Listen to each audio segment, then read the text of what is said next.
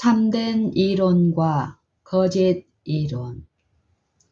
성경에 나타난 성화는 개체 전체, 곧 영과 혼과 몸이 모두 완전해야 함을 의미한다.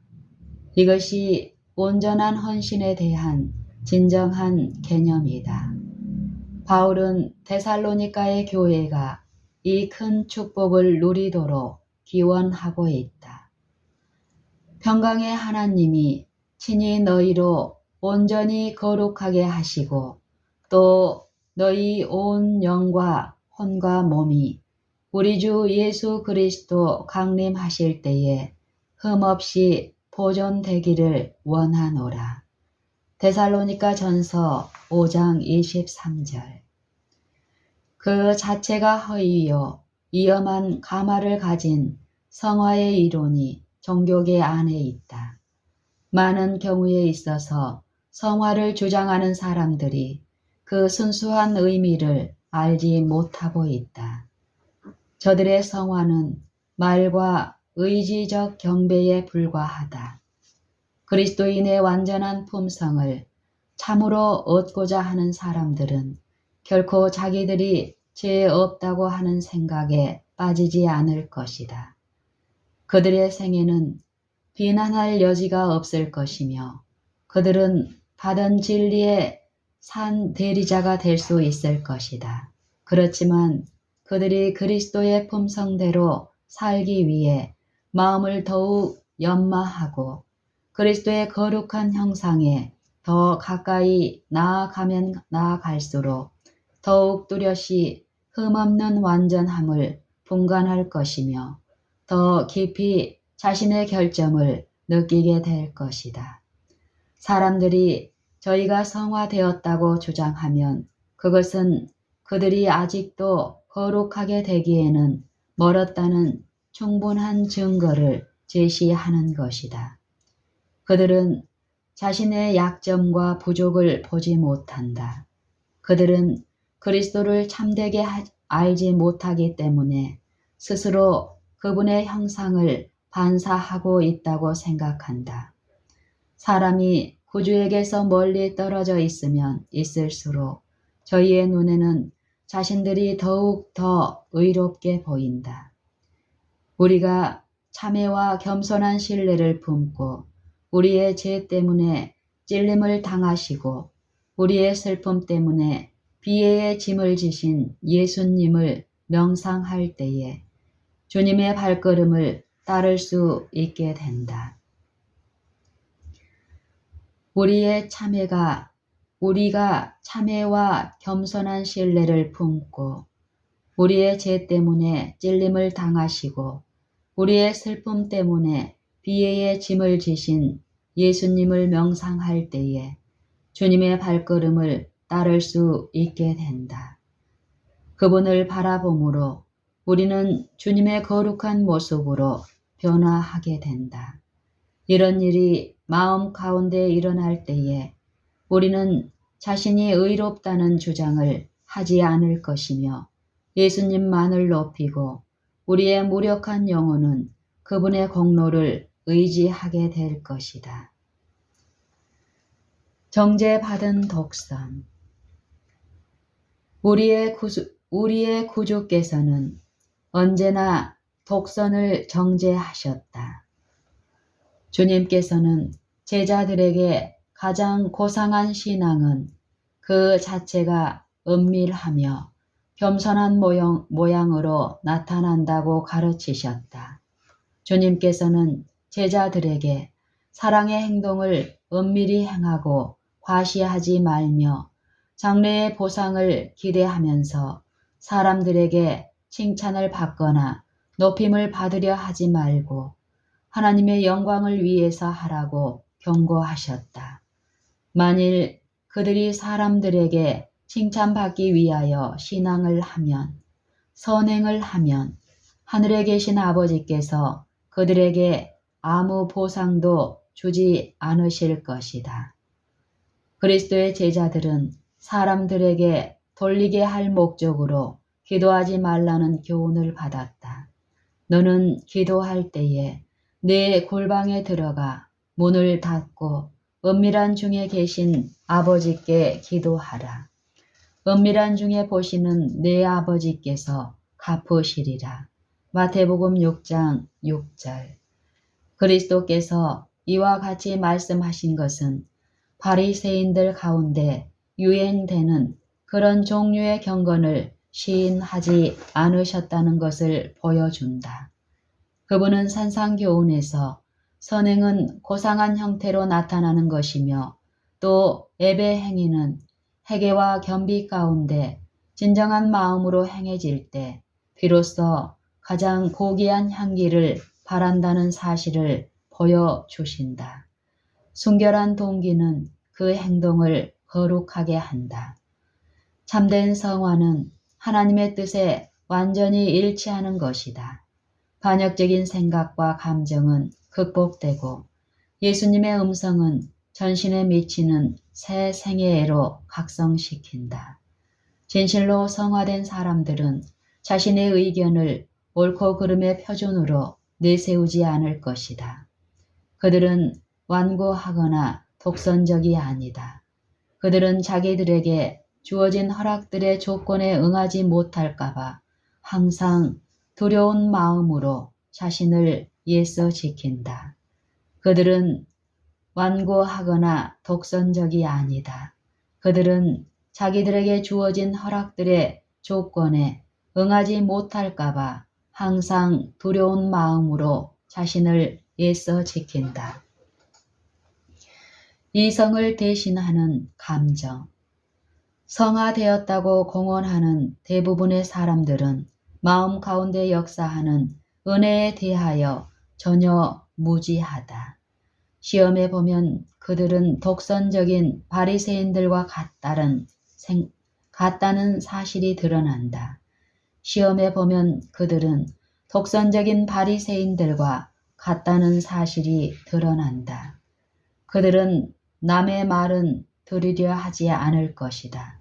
그들은 이성과 판단을 제쳐놓고 그들이 한때 경험하였던 감정에 기초를 두고 그들이 성화되었다고 주장하면서 자신의 감정에 전적으로 의존한다. 그들은 자기가 성결하다는 고집센 주장을 역설하는데 완강하고 개팍하다. 그러나 이와 같이 말은 많이 하면서 그 증거가 되는 귀중한 열매는 맺지 아니한다.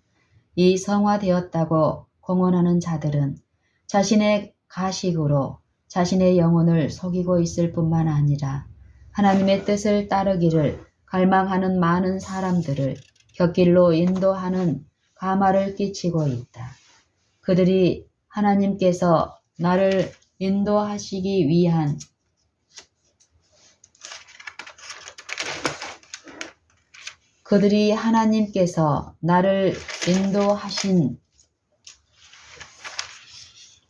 그들이 하나님께서 나를 인도하신다. 가르치신다. 나는 죄 없이 살고 있다. 고 거듭거듭 되풀이하는 말을 들을 수 있다.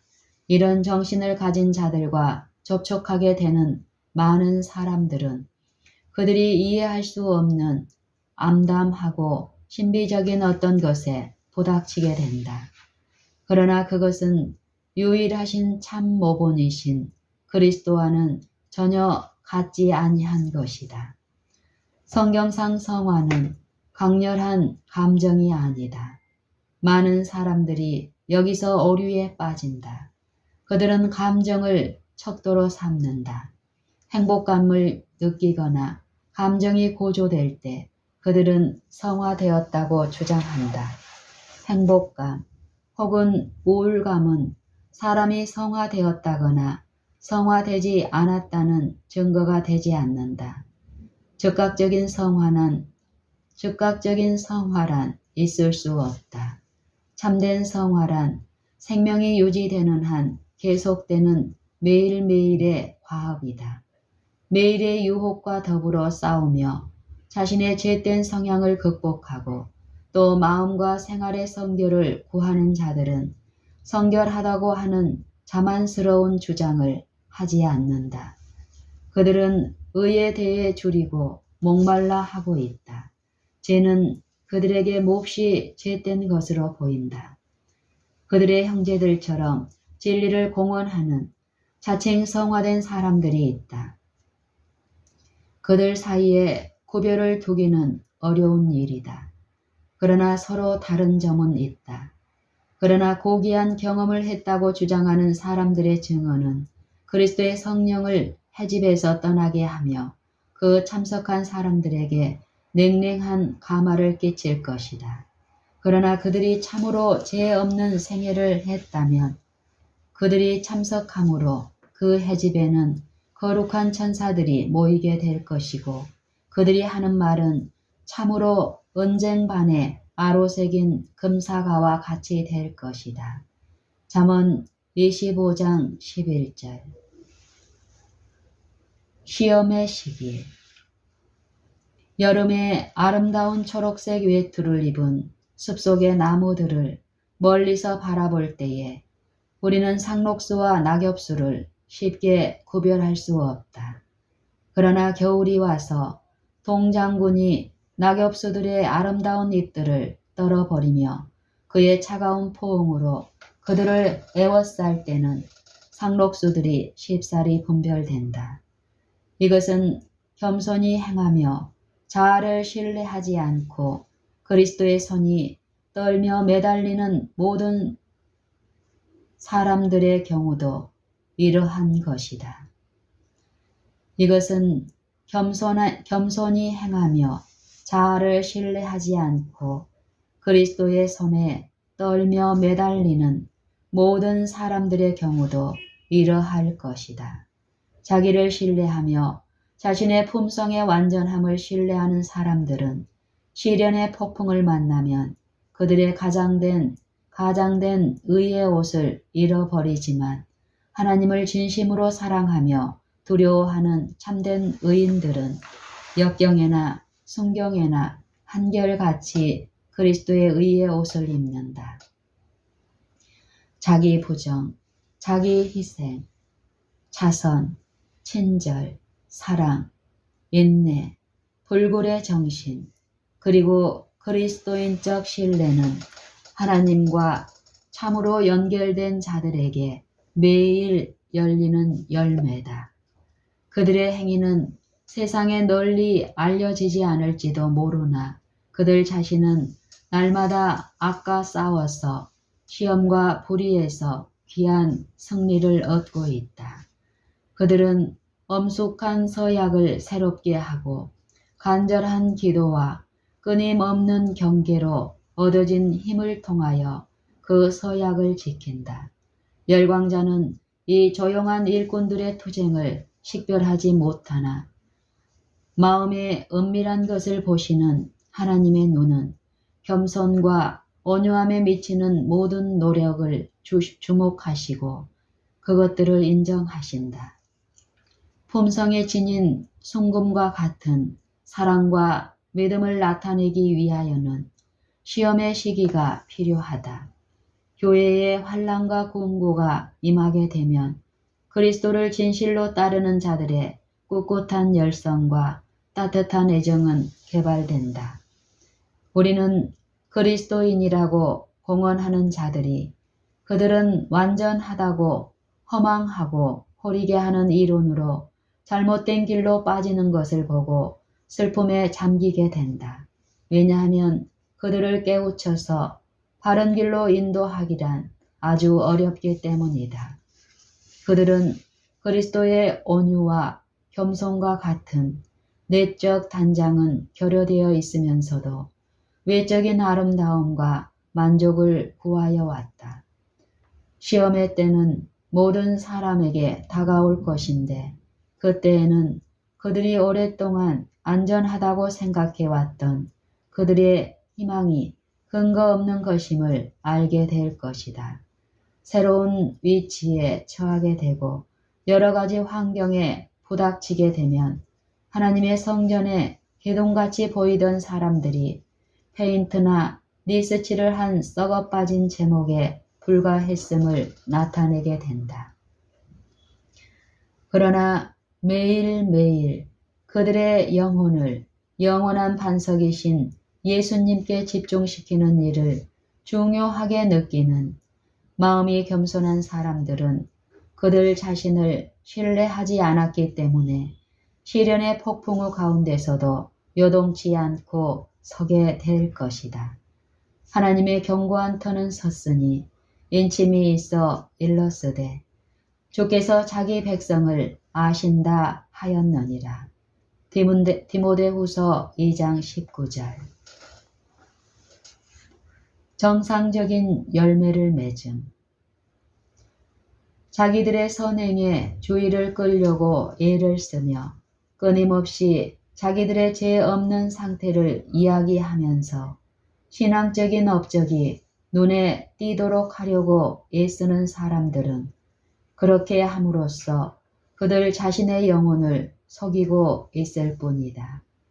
생업에 열중할 수 있고 혈관에 건강한 혈액이 흐르고 있으며 매일매일 유쾌한 기분으로 그의 직장에 나가는 건강한 사람은 만나는 사람들마다에게 그의 몸이 건강하다는 사실에 대해 주의를 끌려고 하지 않는다. 그의 생활에 있어서 건강과 정력은 당연한 상태로서 자기가 그렇게 풍성한 은혜를 누리고 있다는 사실을 거의 인식하지 못한다. 참으로 의로운 사람도 이와 마찬가지다. 그의 선함과 경건을 의식하지 못한다. 신앙적 원칙이 그의 생애와 행동의 동기가 되며 그가 성령의 열매를 맺는 것은 무화과 나무가 무화과를 맺으며 장미 덤불이 장미꽃을 피게 하는 것처럼 당연한 일이다.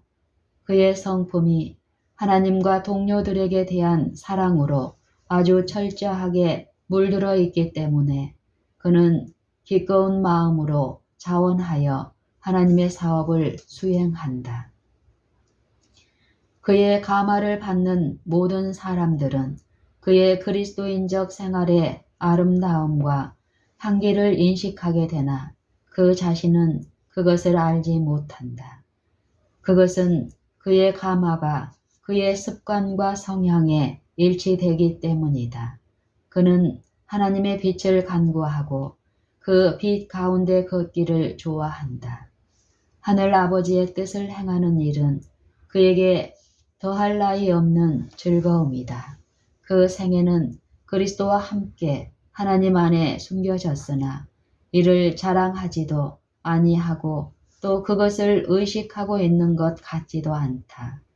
하나님께서는 구주의 발자취를 가까이 따라가는 겸손하고 겸비한 자들을 보시고 미소를 띄우신다. 천사들은 그들에게 매혹되어 그들의 길에 오래오래 머무르기를 좋아한다. 뛰어난 재능을 가졌다고 주장하면서도 저희의 선행을 두드러지게 나타내기를 즐기는 자들은 이런 사람들을 거들떠 볼 가치가 없다고 하여 지나쳐 버릴지 모르나 하늘 천사들은 저들을 사랑스럽게 굽어보며 불기둥처럼 그들 주위를 두른다. 왜 그리스도께서는 거절당하셨나? 우리 구주께서는 세상에 빛이셨으나 세상은 그분을 알아보지 못했다. 구주께서는 모든 사람들의 길에 빛을 비추시면서 자비를 베푸셨지만 당신과 섞이는 사람들에게 당신의 비할 데 없는 덕행, 자기 부정, 자기 희생, 그리고 자선의 행위를 보라고 요구하지 아니하셨다. 유대인들은 그런 생활을 칭찬하지 않았다. 그들은 예수님의 신앙을 가치 없는 것으로 생각하였는데 그 까닭은 그것이 저희의 경건의 표준에 일치하지 아니하였기 때문이다. 저들은 그리스도께서 정신면에서나 품성면에서 신앙적이 아니라고 결정하였다. 그 까닭은 저들의 신앙은 허식과 공중 앞에서 기도하는 것과 효과를 노려서 자선을 행하는 것에 있었기 때문이다. 그들은 성화되었다고 주장하는 사람들이 하는 것처럼 저희의 선행을 크게 자랑하였다. 그들이 무죄하다는 사실을 모든 사람이 이해해 주어야만 했다. 그러나 그리스도의 온 생애는 이와 직접적으로 대조를 이루었다. 그분은 이득이나 명예를 구하지 아니하셨다. 그분은 당신의 위대한 축복을 받았던 자들의 열성을 제지할 수는 없었지만 할 수 있는 대로 은밀한 방법으로 당신의 놀라운 치료를 행하셨다. 겸비한 행동과 겸손한 태도가 그분의 생애를 특징지었다. 바리새인들이 예수님을 용납하지 않은 것은 그들의 태도와는 아주 다르게 예수님께서는 걸으실 때에 거드름 피우지 않고 걸으시고 예수님께서는 걸으실 때에 거드름 피우며 걷지 않으시고 점잠 빼지 않는 태도로 걸으셨기 때문이었다.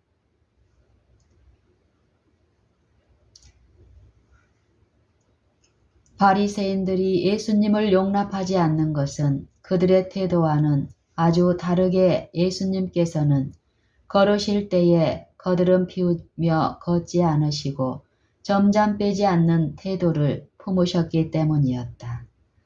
심령의 열매인 온유. 성화의 가장 고귀한 열매는 온유의 은사이다. 이 은사가 영혼을 주관할 때 성벽은 그 가마로 말미암아 형성된다. 그런 사람은 항상 하나님을 모시는 생애를 살며 하나님의 뜻에 자기의 의지를 복종시킨다. 그의 지력은 모든 신성한 진리들을 깨닫게 되며 의심하거나 지체하지 않고 의지를 모든 신성한 교훈에 굴복시킨다. 진정한 온유는 마음을 부드럽게 하며 완화시키고 주입적인 말을 잘 받아들일 수 있는 마음을 준다. 온유는 예수 그리스도께 복종하는 생각을 하게 한다. 온유는 루디아와 같이 예수님의 발 앞에서 겸손히 배우는 자가 되게 한다. 온유한 자를 공의로 지도하시며 온유한 자에게 그 도를 가르치리로다. 시편 25편 9절. 온유한 사람의 말씨는 거만한 사람의 말씨와는 결코 같지 않다. 그들은 어린 사무엘처럼 말씀하옵소서 주의 종이 듣겠나이다 하고 기도한다. 사무엘상 3장 9절. 여호수아가 이스라엘의 군대 장관으로서 가장 높고 명예스러운 지위에 앉았을 때 그는 하나님의 모든 원수들을 대항하였다. 그의 마음은 위대한 사명에 대한 고상한 생각으로 가득 차 있었다. 그러나 하늘의 기별을 통고받고서 그는 지시를 받기 위하여 자신을 어린아이와 같은 입장에 두었다. 나의 주여, 종에게 무슨 말씀을 하려 하시나이까? 라고 한 것이 그의 대답이었다. 여호수아 5장 14절. 그리스도께서 그에게 나타나신 후에 바울이 처음으로 한 말은 주여 내게 무엇을 행하시려나이까? 였다. 사도행전 9장 6절. 주여, 나의 주여, 종에게 무슨 말씀을 하려 하시나이까? 주여, 내게 무엇을 행하시려나이까? 그리스도의 학교에 있어서 온유는 두드러진 성령의 열매 가운데 하나이다. 온유는 성령께서 성화된 자에게 주시는 한 은사이며 온유함을 지닌 사람은 어느 때나 충동적이고 성급한 성벽을 제어할 수 있게 된다. 본성적으로 심술궂거나 조급한 기질을 가진 사람들이 온유의 은사를 마음에 품으면 그들은 저희의 좋지 못한 성격을 완화시키기 위하여 가장 진지한 노력을 하게 될 것이다. 그들은 예수를 불쾌하게 하며 그분을 닮지 아니한 것들을 극복할 때까지 매일매일 자제할 것이다. 그들은 듣기는 속히 하고 말하기는 더디하며 성내기도 더디하라는 영감의 교훈을 순종할 수 있기까지 거룩한 모범에 동화되어 가게 된다. 야고보서 1장 19절. 사람이 성화되었다고 공언하면서 아직도 말이나 행위 가운데 불결한 셈이 쓰디쓴 물을 용출하듯 나타나게 되면 그 사람은 속고 있다고 말해도 과언은 아니다. 그는 그리스도인 생애를 이룩하는 아주 기초적인 것부터 배울 필요가 있다. 그리스도의 종이라고 자처하는 어떤 사람들은 악마와 같은 몰인정한 마음을 오랫동안 품어오므로 그들이 성스럽지 못한 요소를 좋아하며 또 기분 나쁘게 하고 화나게 하는 말들을 즐겨하는 것처럼 보인다. 이런 사람들은 그리스도께서 그들을 당신의 자녀로 인정하시기 전에 회개해야만 한다. 온유는 하나님께서 크게 평가하시는 마음의 단장이다. 사도는 이것이 금이나 진주나 값비싼 옷보다도 더 값지고 고귀하다고 말하고 있다.